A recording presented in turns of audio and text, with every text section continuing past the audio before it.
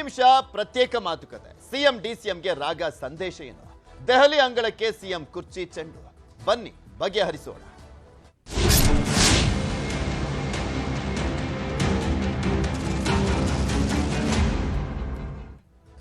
ಕಾಂಗ್ರೆಸ್ ಕುರ್ಚಿ ಕಿತ್ತಾಟಕ್ಕೆ ಬ್ರೇಕ್ ಬೀಳುತ್ತಾ ಅನ್ನುವಂಥ ಪ್ರಶ್ನೆ ಇತ್ತಲ್ಲ, ಆ ಪ್ರಶ್ನೆ ಇನ್ನೂ ಮುಂದುವರಿತಾ ಇದೆ. ಯಾಕೆಂದ್ರೆ ಗೊಂದಲಗಳು ಕಂಟಿನ್ಯೂ ಆಗಿರುವಂತ ಹಿನ್ನೆಲೆಯಲ್ಲಿ ನಿನ್ನೆ ರಾಹುಲ್ ಗಾಂಧಿ ಅವರು ರಾಜ್ಯಕ್ಕೆ ಬಂದಿದ್ರು. ಈ ಸಂದರ್ಭದಲ್ಲಿ ಯಾವುದೇ ಸಂದೇಶ ಸಿಗ್ಲಿಲ್ಲ.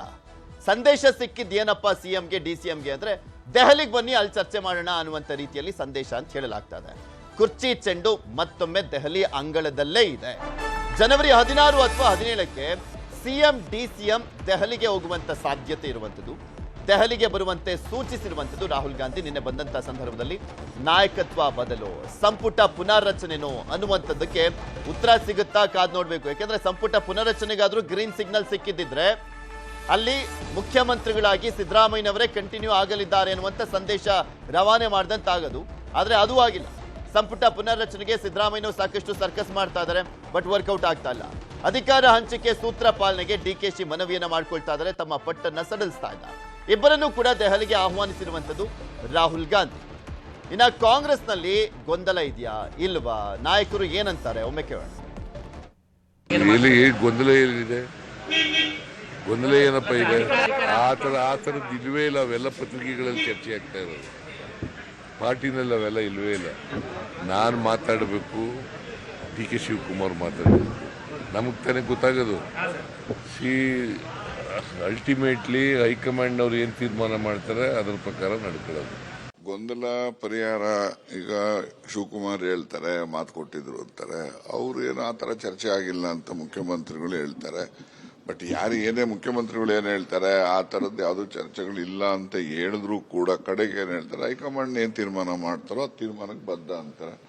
ಅದು ನೋಡಿ ಶಿವಕುಮಾರ್ ಅವರು ಕೂಡ ಹೌದಪ್ಪ ಅಂತಿಮವಾಗಿ ಹೈಕಮಾಂಡ್, ಈಗೆಲ್ಲ ಹೈಕಮಾಂಡ್ ಇರೋದ್ರಿಂದ ಹೈಕಮಾಂಡ್ ಅವ್ರು ಏನಾರ ಒಂದು ಅವರು ಅಂತಿಮವಾದಂತ ಒಂದು ಗೊಂದಲ ನಿವಾರಣೋಪ ಮಾಡಬೇಕು. ಇಲ್ಲಾಂದ್ರೆ ಅಡ್ಮಿನಿಸ್ಟ್ರೇಷನ್ ಸಫರ್ ಆಗ್ತದೆ.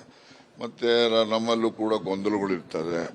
ಏನಪ್ಪಾ ನಾಳೆ ಅವ್ರ ಮುಖ್ಯಮಂತ್ರಿ ಆದ್ರೆ ನಮ್ದೇನು, ಇವ್ರ ಮುಖ್ಯಮಂತ್ರಿ ಇದ್ರೆ ಏನು, ಹಿಂಗೆ ಹೋಗೋರು ಬರೋರು ಎಲ್ಲಗಳು ಚರ್ಚೆಗಳು ಆಗ್ತವೆ. ಎಲ್ಲ ನಮ್ಮಂಗೇನೆ ಯಾರು ಇರೋದಿಲ್ಲ. ಆಗ್ಬೇಕು ಅನ್ನೋ ಆಸೆ ನಮಗಿದೆ. ಈಗ ಆಗ್ತಾರೆ ಅನ್ನೋ ಆಶಾಭಾವನೆ ಅವ್ರು ವ್ಯಕ್ತಪಡಿಸಿದ್ರು.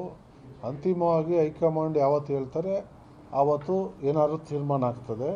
ಸೊ ನಾವೆಲ್ಲ ಹೇಳಿಕೆ ಕೊಡೋದು ಅದರಿಂದ ಏನು ನಿರ್ಧಾರ ಆಗಲ್ಲ. ಅಂತಿಮವಾಗಿ ಹೈಕಮಾಂಡ್ ತೀರ್ಮಾನ ಮಾಡಿದ್ರೆ ಏನಾದ್ರು ಆಗ್ತದೆ. ನಾನು ಭವಿಷ್ಯ ಹೇಳೋಕ್ಕಾಗಲ್ಲ. ಆಗ್ತಾರೇನೋ ಆತ್ಮವಿಶ್ವಾಸ ಇದೆ, ಆಗಬೇಕು ಅನ್ನೋ ಆಸೆನೂ ನಮ್ದು ಇದೆ. 7 ವರ್ಷ ಆಗಿದೆ. ಮಂತ್ರಿಗಳ ಯಾರು ಒಳ್ಳೆ ಕೆಲಸ ಮಾಡಿದ್ದಾರೆ, ಎಲ್ಲ ಮಂತ್ರಿಗಳು ಕೆಲವ್ರನ್ನೆಲ್ಲ ಪಕ್ಷ ಸಂಘಟನೆಗೆ 2028 ಚುನಾವಣೆಗೆ ತಯಾರಿ ಆಗಬೇಕಂದ್ರೆ ಸ್ವಲ್ಪ ಸೀನಿಯರ್ಸ್ ಬೇಕಾಗಿದೆ. ಅದರಿಂದ ಒಂದು 50% ಮಂತ್ರಿಗಳನ್ನ ಪಕ್ಷ ಸಂಘಟನೆ ಹಾಕಿ ಹೊಸಬರಿಗೆ ಅವಕಾಶ ಮಾಡಿಕೊಡಿದ್ದು ಈಗಾಗಲೇ ವರಿಷ್ಠರು ಕೂಡ ನಾವು ಹೇಳಿದ್ದೀವಿ. ಬಹುಶಃ ಚರ್ಚೆ ಮಾಡೋ ಸಾಧ್ಯತೆ ಇದೆ. ಅಂತಿಮವಾಗಿ ನಿರ್ಣಯ ಹೈಕಮಾಂಡ್. ಇದೆಲ್ಲದ್ರ ಬಗ್ಗೆನೂ ಕೂಡ ಮಾತನಾಡ್ತಾ ಹೋಗೋಣ. ಮಧು, ಇಲ್ಲಿ ರನ್ವೇನಲ್ಲೇ ರನ್ನಿಂಗ್ ಮೀಟಿಂಗ್ ಏನೋ ಮಾಡಿದ್ರು, 2 ನಿಮಿಷ 3 ನಿಮಿಷ ಎಲ್ಲ ಅವಕಾಶ ಕೊಟ್ಟರು. ಆದರೆ ಸ್ಟಿಲ್ ಈ ಗೊಂದಲ ಮಾತ್ರ ಮುಂದುವರಿತಿದ್ದೀರಲ್ಲ, ಎಷ್ಟು ದಿನ ಹಿಂಗೆ ಕಂಟಿನ್ಯೂ ಮಾಡ್ತಾರೆ ಅನ್ನುವಂಥದ್ದೇ ಇರುವಂಥ ಪ್ರಶ್ನೆ ಎಲ್ರಿಗೂ.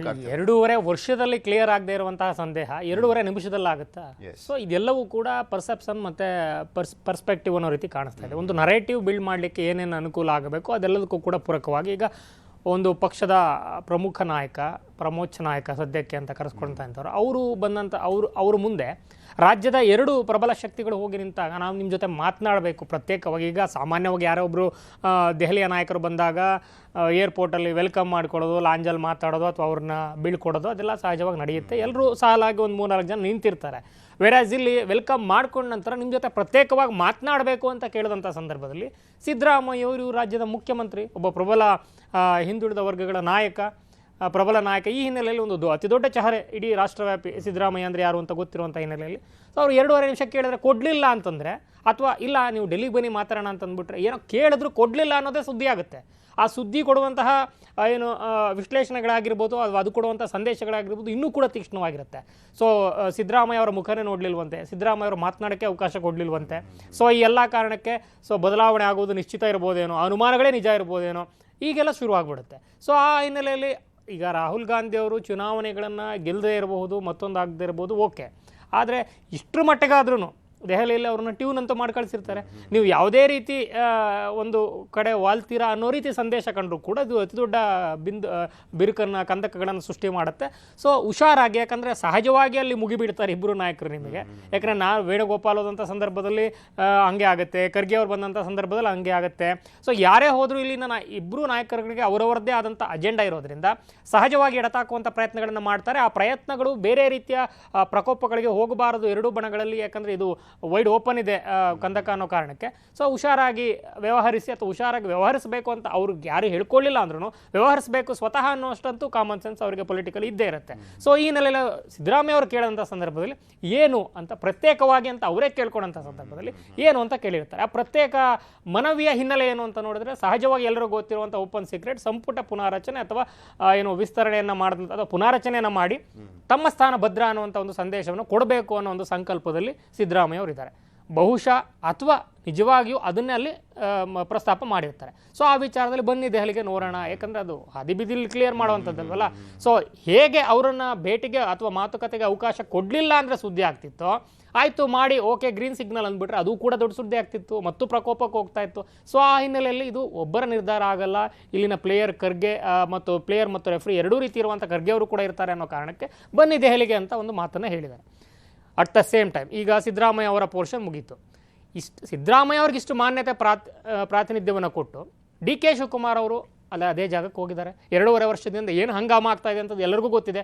ಸೊ ಈ ಹಿನ್ನೆಲೆ ಕಳೆದ 6-7 ತಿಂಗಳಿಂದ ರಾಹುಲ್ ಗಾಂಧಿ ಅವರು ಭೇಟಿಗೆ ಅವಕಾಶ ಸಿಕ್ಕಿಲ್ವಂತೆ. ಡಿ ಕೆ ಶಿವಕುಮಾರ್ ಅವರಿಗೆ ದೆಹಲಿಗೆ ಹೋಗಿ ಎಲ್ಲ ಪ್ರಯತ್ನಗಳನ್ನು ಮಾಡಿದ್ರು ಕೂಡ ಸಿಗ್ತಾ ಇಲ್ವಂತೆ, ಅವಕಾಶವನ್ನೇ ಕೊಡ್ತಾ ಇಲ್ವಂತೆ ಅಂತ ಮತ್ತೊಂದು ಬಣದ ನರೇಟಿವ್ಗಳು ಪರ್ಸ್ಪೆಕ್ಟಿವ್ಗಳು ಇರೋವಂಥ ಸಂದರ್ಭದಲ್ಲಿ ಇಲ್ಲಿ ನಾನು ಪ್ರತ್ಯೇಕವಾಗಿ 2.5 ನಿಮಿಷ ಮಾತಾಡಬೇಕು ಅಂದರೆ ಅವ್ರಿಗೂ ಕೂಡ ರಿಜೆಕ್ಟ್ ಮಾಡುವಂಥ ಅಥವಾ ಇವೇಡ್ ಮಾಡುವಂಥ ಅಥವಾ ಇಗ್ನೋರ್ ಮಾಡುವಂಥ ಪರಿಸ್ಥಿತಿಯಲ್ಲಿ ರಾಹುಲ್ ಗಾಂಧಿ ಅವರು ಇಲ್ಲ. ಡಿ ಕೆ ಶಿವಕುಮಾರ್ ಅವರ ಅನಿವಾರ್ಯತೆಯೂ ಕೂಡ ಸಿದ್ದರಾಮಯ್ಯ ಅವರಷ್ಟೇ ಅನಿವಾರ್ಯತೆಯಲ್ಲಿ ರಾಹುಲ್ ಗಾಂಧಿ ಅವ್ರಿಗೆ ಈ ಕ್ಷಣಕ್ಕಿದೆ ಅಥವಾ ಕಾಂಗ್ರೆಸ್ಗಿದೆ. ಸೊ ಆ ಹಿನ್ನೆಲೆಯಲ್ಲಿ ಅವರು ಕೂಡ ನಿಷ್ಠೆ ಮತ್ತೊಂದು ಸಂಘಟನೆ ಅಥವಾ ಏನೇನೆಲ್ಲ ಹೇಳ್ಕೊಡ್ತಾರೆ ಅಥವಾ ಏನೇನೆಲ್ಲ ಇದೆಯಲ್ಲ ವಾಸ್ತವವಾಗಿ ಆ ಒಂದು ಲೆಕ್ಕಾಚಾರದಲ್ಲಿ ಕೂಡ ಅವರಿಗೊಂದು ಅವಕಾಶವನ್ನು ಕೊಟ್ಟಿರ್ತಾರೆ. ಆ ಸಂದರ್ಭದಲ್ಲಿ ಅವರು ಕೂಡ ಏನು ಕೇಳಬೇಕು ಅವ್ರ ಕಡೆಯಿಂದ ಪ್ರಸ್ತಾಪವನ್ನು ಇಟ್ಟಿರ್ತಾರೆ. ಯಾವಾಗ ಈ ವಿಚಾರ ಬಂದಂಥ ಸಂದರ್ಭದಲ್ಲೂ ಕೂಡ ಸ್ವತಃ ಸಿದ್ದರಾಮಯ್ಯ ಅವರು ಇರ್ಬೋದು ಅಥವಾ ಅವರ ಬಣದ ಪ್ರಮುಖ ನಾಯಕರುಗಳಿರ್ಬೋದು ರಾಹುಲ್ ಗಾಂಧಿ ಅವರು ಹೇಳಬೇಕು, ರಾಹುಲ್ ಗಾಂಧಿ ಅವರು ಹೇಳಿದ್ದಾರಾ, ಹೀಗೆಲ್ಲ ಪ್ರಶ್ನೆಗಳನ್ನು ಮಾಡ್ತಾರೆ, ಪ್ರತಿಕ್ರಿಯೆಗಳನ್ನ ಕೊಡ್ತಾರೆ. ಇದು ನನ್ನ ಪೊಲಿಟಿಕಲ್ ಸ್ಟೇಕ್ಸನ್ನು ದೊಡ್ಡ ತಕ್ಕಡಿಯಲ್ಲಿಟ್ಟಿದೆ, ಅಸ್ತಿತ್ವದ ಪ್ರಶ್ನೆಯಾಗಿದೆ. ಹಳೆ ಮೈಸೂರಲ್ಲಿ ಮುಂದೆ ಯಾವ ರೀತಿಯ ನಾಯಕತ್ವವನ್ನು ಉಳಿಸ್ಕೊಳ್ಳೋದು, ಹೀಗೆ ಸಿಕ್ಕಿರುವಂಥ ಕಡಿಮೆ ಅವಕಾಶದಲ್ಲಿ ಸೂಕ್ಷ್ಮವಾಗಿ ಏನನ್ನು ತಲುಪಿಸ್ಬೇಕು ಅವರಿಗೆ ಅದನ್ನು ತಲುಪಿಸಿರ್ತಾರೆ. ಅವರಿಗೂ ಕೂಡ ಸಿದ್ದರಾಮಯ್ಯ ಅವ್ರಿಗೆ ಹೇಳದಂತೆಯೇ 2.5 ನಿಮಿಷದಲ್ಲಿ ಇನ್ನೇನು ಆಯ್ತು ಬಿಡಿ ಸಿ ಎಂ ಆಗಿಬಿಡಿ ಅಂತ ಹೇಳೋಕ್ಕಾಗಲ್ಲ. ಸೊ ಅವ್ರಿಗೂ ಕೂಡ ನೀವು ದೆಹಲಿಗೆ ಬನ್ನಿ ಅಂತ ಹೇಳಿರ್ತಾರೆ. ಸೊ ಇಬ್ಬರಿಗೂ ಏನು ಹೇಳಬೇಕು ಅದನ್ನು ಹೇಳಿದ್ದಾರೆ. ಆದರೆ ಇಬ್ಬರೂ ಕೂಡ ಈ ಒಂದು ಭೇಟಿಯ ಮೂಲಕ ರಾಜ್ಯದ ಜನತೆಗೆ ಅಥವಾ ಪ್ರತಿಪಕ್ಷಗಳಿಗೆ ಅಥವಾ ಅವರವ್ರನ್ನ ಯಾರ್ಯಾರು ನೆಚ್ಕೊಂಡಿರ್ತಾರೆ ಅಂತಹ ಸಮುದಾಯದ ನಾಯಕರುಗಳಿಗೆ ಏನು ಸಂದೇಶವನ್ನು ಕೊಡಬೇಕಿತ್ತಲ್ಲ, ಕಾರ್ಯಕರ್ತರಿಗೆ, ಅಭಿಮಾನಿಗಳಿಗೆ, ಬೆಂಬಲಿಗರಿಗೆ ಆ ಒಂದು ಸಂದೇಶವನ್ನು ಕೊಡುವಂಥ ಪ್ರಯತ್ನವನ್ನು ಮಾಡಿದ್ದಾರೆ. ಆಕ್ಚುಲಿ ಏರ್ಪೋರ್ಟ್ ಅಂತ ಬಂದ ಕಾಂಗ್ರೆಸ್ ಹೈಕಮಾಂಡ್ ಸ್ವಲ್ಪ ಭಯನೇ ಅಂತ ಕಾಣಿಸುತ್ತೆ. ವೀರೇಂದ್ರ ಪಾಟೀಲ್ ಪ್ರಕರಣ ಇದ್ದೇ ಇದೆ ಸಹಜವಾಗಿ. ಗಾಂಧಿ ಅವರು ಅವತ್ತು ತೆಗೆದಂತ ಸಂದರ್ಭದಲ್ಲಿ. ಸೊ ಹೀಗಾಗಿ ಆಮೇಲೆ ಯಾವುದೇ ತೀರ್ಮಾನ ಆದ್ರೂ ಆ ಸ್ಥಳದಲ್ಲಿ ಎಲ್ಲೂ ಅಂದ್ರೆ ಆ ರಾಜ್ಯದಲ್ಲೇ ಆಗ್ಲಿ ಅಥವಾ ಆ ಊರಿನಲ್ಲಾಗ್ಲಿ ಯಾವುದೇ ತೀರ್ಮಾನ ಆಗಲ್ಲ, ಎಲ್ಲಿ ಮಾಡಬೇಕು ಅಲ್ಲೇ ಮಾಡ್ತಾರೆ, ದೆಹಲಿ ಅಂಗಡದಲ್ಲೇ ಮಾಡ್ತಾರೆ. ಬಟ್ ಇಲ್ಲಿ ಇನ್ನು ಎಷ್ಟು ದಿನ ಹಿಂಗೆ ಕಂಟಿನ್ಯೂ ಮಾಡ್ತಾರೆ? ಬಿಕಾಸ್ ರಾಜಣ್ಣ ಅವ್ರು ಹೇಳ್ದಂತೆ ಅಡ್ಮಿನಿಸ್ಟ್ರೇಷನ್ ಮೇಲೆ, ಕೆಲಸದ ಮೇಲೆ, ಅಭಿವೃದ್ಧಿ ಮೇಲೆ ರಾಜ್ಯ ಜನಕ್ಕೆ ಗೊಂದಲ, ಕಾಂಗ್ರೆಸ್ ನಾಯಕರಿಗೆ ಗೊಂದಲ, ಇದು ಕಂಟಿನ್ಯೂ ಆಗ್ತಾನೆ ಇರುತ್ತೆ. ಯಾಕಂದ್ರೆ ಒಂದು ಕ್ಲಾರಿಟಿ ಸಿಗದೆ ಹೋದ್ರೆ ಎಲ್ಲದ್ರ ಮೇಲೂ ಕೂಡ ಒತ್ತಡ. ಅದು ಈಗ ಇದು ಕಂಟಿನ್ಯೂ ಆಗಬಾರದು ಅನ್ನೋ ಕಾರಣಕ್ಕೆ ಕಳೆದ ಸಲ ಖರ್ಗೆ ಅವರು ಕ್ಲಿಯರ್ ಆಗಿ ಹೇಳಿದರು, ಇದು ರಾಜ್ಯ ನಾಯಕರು ಸೃಷ್ಟಿ ಮಾಡಿರುವಂಥ ಗೊಂದಲ, ಅವರೇ ಕ್ಲಿಯರ್ ಮಾಡ್ಕೊಬೇಕು, ಮತ್ತೆ ಈ ಪ್ರಶ್ನೆಯನ್ನು ಕೇಳಬೇಡಿ, ನಾನು ಉತ್ತರ ಕೊಡುವಂಥ ಮನಸ್ಥಿತಿ ಪರಿಸ್ಥಿತಿಯಲ್ಲೂ ಕೂಡ ಇಲ್ಲ ಅನ್ನುವಂಥ ಒಂದು ಕ್ಲಿಯರ್ ಮೆಸೇಜನ್ನು ಕೊಟ್ಟಿದ್ರು. ಅದಾದ ಮೇಲೆ ದಾಖಲೆ ಬರೆದಿದ್ದಾಯಿತು ಸಿದ್ದರಾಮಯ್ಯ ಅವರು, ಸಂಪುಟ ಪುನಾರಚನೆಯನ್ನು ಕೂಡ ಮಾಡ್ತಾರಂತೆ. ಸೊ ಇವರೇ ಮುಂದುವರಿತಾರಂತೆ, ಏನು ತಲೆಬಿಸಿ ಇಲ್ಲ, ಅವರು ಆತ್ಮವಿಶ್ವಾಸ, ಎಷ್ಟು ಆರಾಮಾಗಿ ಶಿಲ್ಲೆ ಹೊಡ್ಕೊಂಡು ಈಗ ಬ್ರೇಕ್ಫಾಸ್ಟ್ ಹೋಗಿ ಬಂದರು ಎರಡು ಮನೇಲಿ. ಅದನ್ನೇ ಈಗಲೂ ಹೇಳಿದರೆ, ಅವ್ರು ನಮ್ಮ ಮನೆಗೆ ಬಂದರು, ನಾವು ಅವ್ರ ಮನೆಗೆ ಇನ್ನೇನ್ರಿ ಪ್ರಾಬ್ಲಮ್ ನಿಮಗೆ. ರಾಹುಲ್ ಗಾಂಧಿ ಹೇಳ್ತಾರೆ ಡೆಲ್ಲಿಯಲ್ಲಿ ಕ್ಲಿಯರ್ ಆಗುತ್ತೆ, ಯಾಕೆ ತಲೆ ಕೆಡಿಸ್ಕೋತೀರ ಅನ್ನೋ ರೀತಿ ಮಾಧ್ಯಮಗಳಿಗೆ ಸಿದ್ದರಾಮಯ್ಯ ಹೇಳ್ತಾರೆ. ಅಂದರೆ ಅವರ ಲೆಕ್ಕಕ್ಕೆ ಅವ್ರ ಆತ್ಮವಿಶ್ವಾಸದಲ್ಲಿದ್ದಾರೆ. ಸೊ ನಾನು ಗ್ರೀನ್ ಸಿಗ್ನಲ್ ಕೊಟ್ಟ ಮೇಲಲ್ವ ಮುಂದಿನ ವಿಚಾರ. ಸೊ ನನ್ನ ಮನಸ್ಸಲ್ಲಿ ಏನಿದೆ ಅದನ್ನು ಕ್ಲಿಯರಾಗಿ ಪದೇ ಪುನರಾವರ್ತಿತ ಹೇಳಿಕೆಗಳನ್ನು ಕೊಡ್ತಾನೆ ಇದ್ದೀನಿ. ಸೊ ನನಗೆ ಮುಂದುವರಿಯುವಂಥ ಹಂಬಲ ಮತ್ತು ಆತ್ಮವಿಶ್ವಾಸ ಮತ್ತು ಶಕ್ತಿ, ಸಾಮರ್ಥ್ಯ, ಸಂಘಟನೆ ಎಲ್ಲವೂ ಕೂಡ ಈಗಲೂ ಇದೆ. ಸೊ ಅದಕ್ಕೆ ಬೆಂಬಲವೂ ಕೂಡ ಇದೆ. ಅದನ್ನು ಹೈಕಮಾಂಡ್ ಡಿಸ್ಟರ್ಬ್ ಮಾಡಲ್ಲ ಅನ್ನೋ ವಿಶ್ವಾಸದಲ್ಲಿ ಅವರಿದ್ದಾರೆ. ಸೊ ಆ ಹಿನ್ನೆಲೆಯಲ್ಲಿ ಅವರು ವಿಶ್ವಾಸದಲ್ಲಿರುವಂಥ ಸಂದರ್ಭದಲ್ಲಿ, ದಾಖಲೆಯೂ ಮುರಿದಂಥ ಸಂದರ್ಭದಲ್ಲಿ ಎಲ್ಲವೂ ಕೂಡ ಡಿ ಕೆ ಶಿವಕುಮಾರ್ ಒಂದು ಶುಭಾಶಯವನ್ನು ಕೋರಿ ಖುಷಿ ಅಲ್ವೇ, ಆದ್ರೆ ಖುಷಿ ಅಲ್ವೇ, ನಮ್ಮ CM ಅಲ್ವೇ ಅಂತೆಲ್ಲ ಹೇಳಿ ಮುಗಿದೋಗಿತ್ತು ಅಲ್ಲಿಗೆ. ಬೆಂಬಲಿಗರು ಆಲ್ಮೋಸ್ಟ್ ಗೇಟ್ ಬಂದಾಗಿತ್ತು, ಬಾಯ್ ಬಂದಾಗಿತ್ತು, ಏನು ಮಾತನಾಡುವಂಥ ಪರಿಸ್ಥಿತಿಯಲ್ಲಿ ಇರಲಿಲ್ಲ. ಒಬ್ರು ಡಿಸೆಂಬರ್ ಅಂದಿದ್ದವರು, ಜನವರಿ ಅಂದಿದ್ದವರು, 12, 6, 9 ಅಂತೆಲ್ಲ ಅವ್ರವ್ರೇ ಡೇಟ್ಗಳನ್ನ ರಿವೈಸ್ ಮಾಡ್ಕೊಂಡು ಕಡೆಗೆ ಅದು ಕೂಡ ಗಪ್ಚುಪ್ಪಾಯಿತು. ಶಿವಗಂಗಾ ಅವ್ರಿಗಾಗ್ಲಿ ಇಕ್ಬಾಲ್ ಹುಸೇನ್ ಅವ್ರಿಗಾಗ್ಲಿ ಯಾರು ಏನು ಹೇಳಿದಾರೋ ಗೊತ್ತಿಲ್ಲ ಅಂತ ಬೇರೆಯವರೆಲ್ಲ ಮಾತಾಡೋ ರೀತಿ ಸುಮ್ಮನಾಯ್ತು ಅಲ್ಲಿಗೆ. ನಿಶ್ಶಬ್ದವಾಗಿದ್ದಂತಹ ಅಥವಾ ಪೂರ್ಣ ವಿರಾಮ ಬಿದ್ದಂತೆ ಕಂಡಂತಹ ಭಾಸವಾಗಿದ್ದಂತಹ ಒಂದು ಏನು ತರಂಗಗಳೇನಿದ್ದಿದ್ವಲ್ಲ ಅದೆಲ್ಲದಕ್ಕೂ ಕೂಡ ಈಗ ಮತ್ತೊಮ್ಮೆ ಚಾಲು ಮಾಡುವಂಥ ಪ್ರಕ್ರಿಯೆಯನ್ನು DK ಶಿವಕುಮಾರ್ ಅವರು ಕೂಡ ಅದನ್ನು ಒಂದು ಅವಕಾಶವಾಗಿ ಬಳಸ್ಕೊಂಡ್ರು. ಈಗ ಅವ್ರಿಗೆ ಸಿಕ್ಕಿಲ್ಲ ಸಂಪುಟ ಪುನಾರಚನೆಗೆ ಅನ್ನೋದು ಎಷ್ಟು ನಿಜಾನೋ, ಇವ್ರಿಗೂ ಮಾತನಾಡೋಕೆ 1-2.5 ನಿಮಿಷ ಅವ್ರಿಗಷ್ಟೇ ಸಮಾನ ಪ್ರಾತಿನಿಧ್ಯ ಸಿಕ್ತು. ಅದು ಏನಾದರೂ ಔಟ್ಕಮ್ ಅನ್ನೋದ್ರ ಮೂಲಕ ಓಹೋ ಇರ್ಬೋದೇನೋ. ಅದಾದ್ಮೇಲೆ ಇವತ್ತು ನೋಡಿ DK ಬ್ರದರ್ಸ್ ಇಬ್ರು ಕೂಡ ಅವರವರದೇ ಆದ ರೀತಿಯಲ್ಲಿ ಟ್ವೀಟ್ಗಳನ್ನು ಮಾಡ್ಕೊಂಡಿದ್ದಾರೆ. ಒಂದು ಏನು ಪ್ರಾರ್ಥನೆ ಏನು ಫಲಿಸುತ್ತೆ, ಪ್ರಯತ್ನ ವಿಫಲ ಆದ್ರು ಅಂತ ಕೂಡ. ವೆರಾಸ್ DK ಸುರೇಶ್ ಅವರು ಸಕ್ಸಸ್ನ ಅಂದರೆ ಯಶಸ್ಸಿನ ಮೊದಲ ಮೆಟ್ಟಿಲೇ ಪ್ರಯತ್ನ ಅನ್ನೋ ರೀತಿ ಹಾಕ್ಕೊಂಡಿದ್ದಾರೆ. ಸೊ ಮತ್ತೆ ಒಂದಷ್ಟು ನರೇಟಿವ್ ಚಾಲ್ತಿ ಆಗಿದೆ. ಸೊ ನಿನ್ನೆಯ ಒಂದು ಭೇಟಿಯ ಒಂದು ಲಾಭವನ್ನು ಎಷ್ಟರ ಮಟ್ಟಿಗೆ ಬಳಸ್ಕೊಳ್ಳೋಕ್ಕೆ ಅವಕಾಶ ಇದೆ ಅಷ್ಟರ ಮಟ್ಟಿಗೆ ಬಳಸ್ಕೊಳ್ಳಿಕ್ಕೆ, ಅಥವಾ ಯಾಕಂದ್ರೆ ಈಗ ಬಜೆಟ್ ಇವರೇ ಮಂಡಿಸ್ತಾರೆ ಆಮೇಲೆ ಕಂಟಿನ್ಯೂ ಆಗ್ತಾರೆ ಅನ್ನೋ ರೀತಿ ಆಲ್ಮೋಸ್ಟ್ ಫುಲ್ ಸ್ಟಾಪ್ ಬಿದ್ದಿತ್ತಲ್ಲ.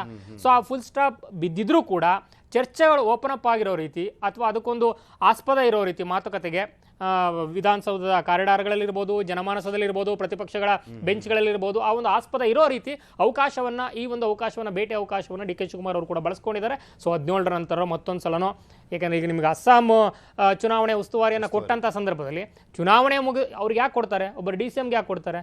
ಸೊ ಮುಗಿತಪ್ಪ, ಈಗ ಸದ್ಯಕ್ಕೆ ಅಧಿಕಾರ ಹಂಚಿಕೆ ಯಾವುದೇ ಪ್ರಕ್ರಿಯೆಯೂ ಇಲ್ಲ, ಇದೆಲ್ಲವೂ ಕೂಡ ಗಾಳಿ ಮಾತು ಅಥವಾ ಇವರು ಸ್ವಸೃಷ್ಟಿ ಅನ್ನೋ ರೀತಿ ಆಗಿತ್ತಲ್ಲ.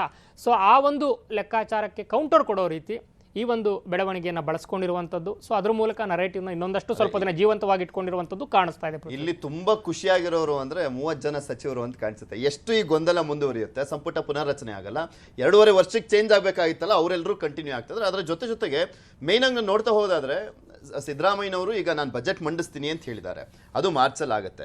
ಅದಾದ್ಮೇಲೆ ಜೂನ್ ತಿಂಗಳಲ್ಲಿ ಈಗ 30ನೇ ತಾರೀಕು ಒಳಗಾಗಿ GBA ಎಲೆಕ್ಷನ್ ಮಾಡಲೇಬೇಕು ಅಂತ ಹೇಳಿರುವಂತ ಹಿನ್ನೆಲೆಯಲ್ಲಿ ಮಾಸ್ ಲೀಡರ್ ಒಬ್ಬರನ್ನ ಸ್ಥಳೀಯ ಸಂಸ್ಥೆ ಚುನಾವಣೆ ನಡೆಯುವಂತ ಸಂದರ್ಭದಲ್ಲಿ ಚೇಂಜ್ ಮಾಡ್ಲಿಕ್ಕೆ ಆಗಲ್ಲ. ಸೊ ಹೀಗಾಗಿ 6 ತಿಂಗಳಂತೂ ಗ್ರೇಸ್ ಪೀರಿಯಡ್ ಸಿದ್ದರಾಮಯ್ಯನವರಿಗೆ. ಅದಾದ್ಮೇಲೆ ಏನಾಗುತ್ತೋ ಬಿಡುತ್ತೋ, ಒಟ್ಟಿನಲ್ಲಿ 6 ತಿಂಗಳು ಸೇಫ್ ಅಂತ ಅನ್ಕೊಬೋದೇನೋ. ಈಗ ಡಿಸಿಸಿವ್ ಆಗಿ ಎಲ್ಲಿವರೆಗೆ ಅವರು ಡಿಸಿಷನ್ ತಗೊಳಕ್ಕಾಗಲ್ವೋ, ಈ ಗೊಂದಲ ಮುಂದುವರಿಯಿತು ಅಲ್ಲಿವರೆಗೆ ಬರೀ ಸಂಪುಟದ ಸದಸ್ಯರಿಗಷ್ಟೇ ಅಲ್ಲ, ಸ್ವತಃ ಸಿದ್ದರಾಮಯ್ಯ ಅವ್ರಿಗೂ ಕೂಡ ಲಾಭವೇ. ಅದರ ಜೊತೆಗೆ DK ಶಿವಕುಮಾರ್ ಅವ್ರಿಗೂ ಕೂಡ ಲಾಭವೇ. ಇಲ್ಲ ಒನ್ಸ್ ಫಾರ್ ಆಲ್, ಇಲ್ಲ ಎಂಥದೂ ಇಲ್ಲ, ಅಧಿಕಾರ ಹಂಚಿಕೆ ಒಂದು ಪ್ರಸ್ತಾಪ ಪ್ರಮೇಯವೇ ಇಲ್ಲ ಅನ್ನೋ ರೀತಿ ಒಂದು ಯಾವುದಾದ್ರೂ ಒಂದು ಸಂದೇಶವನ್ನು ಹೈಕಮಾಂಡ್ ದಿಲ್ಲಿ ಮೂಲದಿಂದ ಸ್ಪಷ್ಟವಾಗಿ ಕೊಟ್ಟುಬಿಟ್ರೆ DK ಶಿವಕುಮಾರ್ ಸ್ಟೇಕ್ಸ್ ಕಂಪ್ಲೀಟ್ ಆಗಿ ಬಿದ್ದೋಗುತ್ತೆ. ಆಗ ಅವರ ಒಂದು ರಾಜಕೀಯ ಅಸ್ತಿತ್ವ ಮತ್ತು ಸವಾಲು ಅಥವಾ ಭವಿಷ್ಯದ ಲೆಕ್ಕಾಚಾರಗಳು ಕೂಡ ಪೆಟ್ಟು ಬೀಳುತ್ತೆ. ಅಟ್ ದ ಸೇಮ್ ಟೈಮ್ ಇವ್ರಿಗೂ ಕೂಡ ಸಿದ್ದರಾಮಯ್ಯ ಅವರಿಗೆ ಇಲ್ಲ ಮಾಡಿಬಿಡ್ತಾರೆ ಅಂತ ಹೇಳೋಕ್ಕಾಗಲ್ಲ.